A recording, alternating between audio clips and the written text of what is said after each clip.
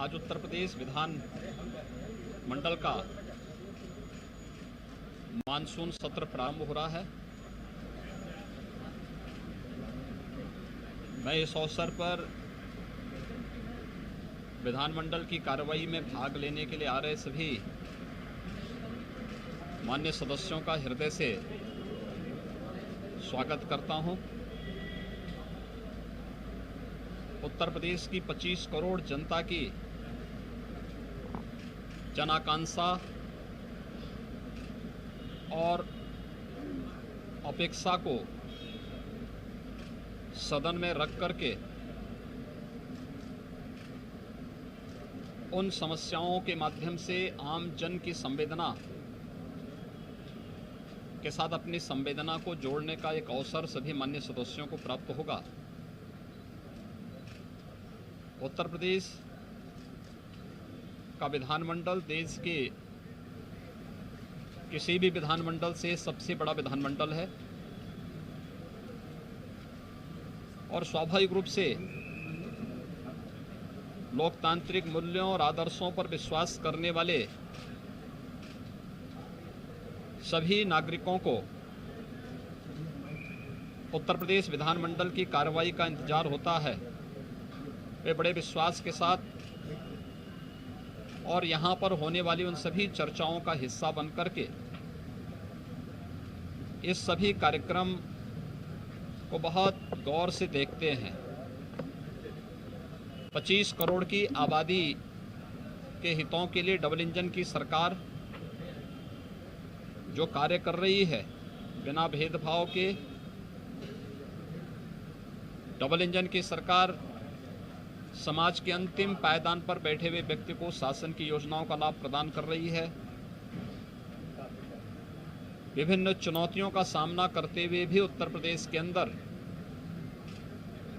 अभाव और अराजकता के लिए कोई जगह नहीं। इन सभी कार्यक्रमों को पूरी प्रतिबद्धता के साथ आगे बढ़ाने का कार्य चल रहा है। कोरोना जैसी महामारी को प्रधानमंत्री मोदी जी के मार्गदर्शन और नेतृत्व में प्रभावी नियंत्रण स्थापित करते हुए आज सरकार प्रदेश में 38 करोड़ से अधिक वैक्सीन की डोजेज उपलब्ध कराने में भी सफलता प्राप्त हुई। प्रिकॉशन डोजेज भी लगभग 4 करोड़ के आसपास हम पहुंचने जा रहे हैं। प्रदेश के अंदर किसी भी आपदा से निपटने के लिए एसडीआरएफ के गठन के साथ ही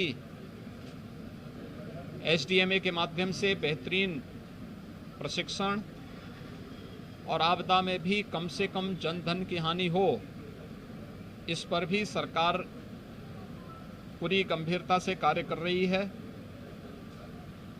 बाढ़ और सूखा जैसे मुद्दे पर अन्य महत्वपूर्ण मुद्दों पर चर्चा का एक माध्यम सदन है और सदन की इस कार्रवाई को बेहतरीन तरीके से संचालित करने के लिए और प्रत्येक मुद्दे पर चर्चा करने के लिए सरकार ने कल दलीय नेताओं की बैठक में भी इस बारे में बहुत स्पष्ट रूप से कहा है कि हम हर मुद्दे पर चर्चा करने को तैयार हैं और माननीय सदस्यों के द्वारा विपक्ष के द्वारा उठाए जाने वाले किसी भी मुद्दे पर सदन में पूरा सार्थक जवाब देने के लिए भी सरकार का पक्ष पूरी मजबूती के साथ खड़ा है। मुझे विश्वास है कि मानसून सत्र सभी माननीय सदस्य इस मानसून सत्र में भाग लेकर के और निर्विघ्न कार्रवाई को संपादित करते हुए जनता से जुड़े हुए सार्थक मुद्दों पर चर्चा करेंगे और प्रदेश के सर्वांगीण विकास को लेकर के एक व्यापक कार्य योजना बनाएंगे।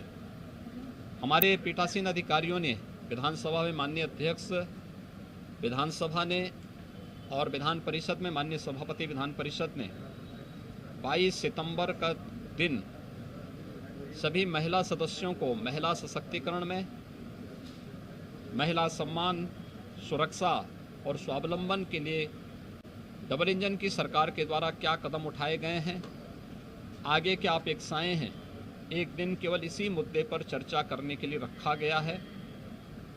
मुझे पूरा विश्वास है कि इन सभी मुद्दों पर सारगर्भित चर्चा को आगे बढ़ाने में हमें मदद मिलेगी और दोनों सदनों के माध्यम से जो कार्य होगा वह पूरे देश के अंदर विधानमंडल की कार्रवाई अपनी प्रभावी छाप छोड़ने में सफल होगी।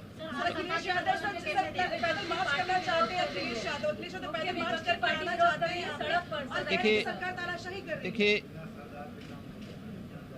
किसी भी दल को और किसी भी व्यक्ति को लोकतांत्रिक तरीके से अपनी बात रखने में कहीं कोई बुराई नहीं है।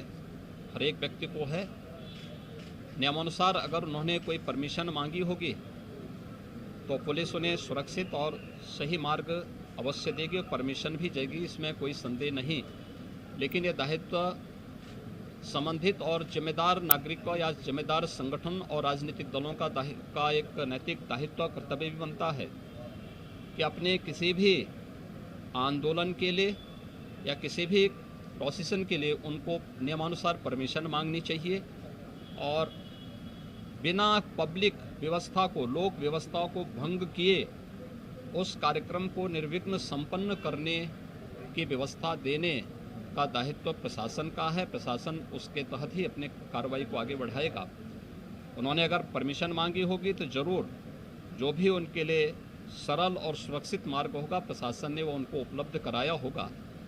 मुझे लगता है समाजवादी पार्टी से ये उम्मीद करना कि वह किसी नियम को माने, किसी शिष्टाचार को माने, ये एक कपोल कल्पना ही कही जा सकती है। इससे ज़्यादा तो सदन में भी चर्चा का विषय आएंगे ही, उस पर रखेंगे। धन्यवाद जी।